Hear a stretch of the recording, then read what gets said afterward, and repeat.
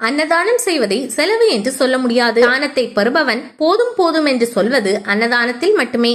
மற்ற எந்த பொருளை தானமாக பெற்றாலும் இன்னும் கொஞ்சம் தந்திருக்கலாம் என்றே எண்ணுவான். அன்னதானத்தின் போது மட்டுமே வயிறு நிறைந்து விட்டது, போதும் என்று திருப்தி அடைவான். இத்தனை சிறப்பு வாய்ந்த அன்னதானத்தை செய்வது என்பது செலவு கணக்கில் சேராது. மாறாக கிடைத்ததற்கரிய புண்ணியம் என்ற வரவு கணக்கில் சேரும்.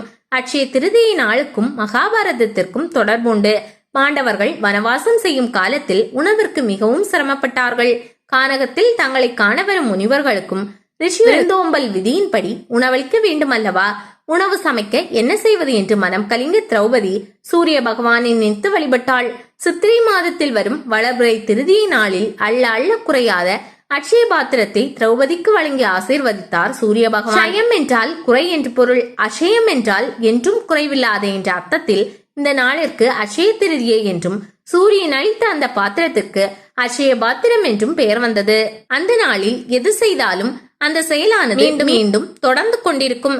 தங்கம் வாங்கினால் தொடர்ந்து தங்கம் வாங்கிக் கொண்டிருப்போம் என்பதற்காக அட்சய திருதியை நாளில் ஏழை பணக்காரன் என யாராக இருந்தாலும் சரி, தங்களால் என்ற வகையில் குண்டுமணி தங்கமாவது வாங்கிவிட வேண்டும் என்று பெரியவர்கள் சொல்லி வைத்தார்கள். ஆனால் ஒரு விஷயத்தை முக்கியமாக கவனத்தில் கொள்ள வேண்டும். தங்களிடம் இருக்கும் பணத்தை கொண்டுதான் வாங்க வேண்டுமே தவிர கடன் வாங்கி செய்யக்கூடாது. அட்சய திருதியை நாளில் கடன் வாங்கி தங்கம் வாங்கினீர்கள் என்றால் மீண்டும் மீண்டும் கடன் வாங்கி கொண்டே இருப்பீர்கள் என்பதை நினைவில் கொள்ளுங்கள். அதே போல் தங்களிடம் இருக்கும் பொருளை கொண்டுதான் அன்னதானம் செய்ய வேண்டுமே தவிர கடன் வாங்கி செய்யக்கூடாது.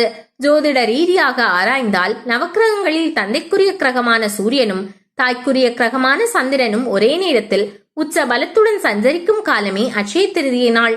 அதாவது சூரியன் தனது உச்சராசியான மேஷத்திலும் சந்திரன் தனது உச்சராசியான ரிஷபத்திலும் அமர்ந்திருக்கும் நாள்.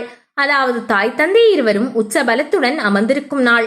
இந்த உலகை ஆளும் தாய் தந்தையாகிய பார்வதியும் பரமேஸ்வரனும் பரிபூரணமான சந்தோஷத்துடன் விளங்கும் நாள். இந்த நாளில் நாம் என்ன வரம் கேட்டாலும் குறைவில்லாமல் கிடைக்கும் அல்லவா? இந்த நன்னாளில் நகைகள் வாங்கி சேர்த்து வைப்பது மட்டும் நம் கடமை அல்ல.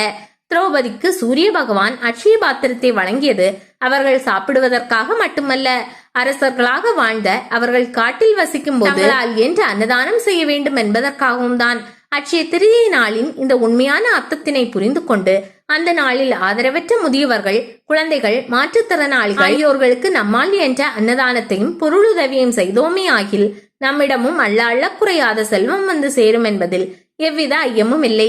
கிடைத்தற்கரிய இந்த நாளில் இவ்வுலகில் வாழ பொருட்செல்வத்தினை சேர்ப்போம். நம்மால் என்ற அன்னதானம் செய்து உலகத்திற்கான அருட்செல்வத்தையும் சேர்ப்போம்.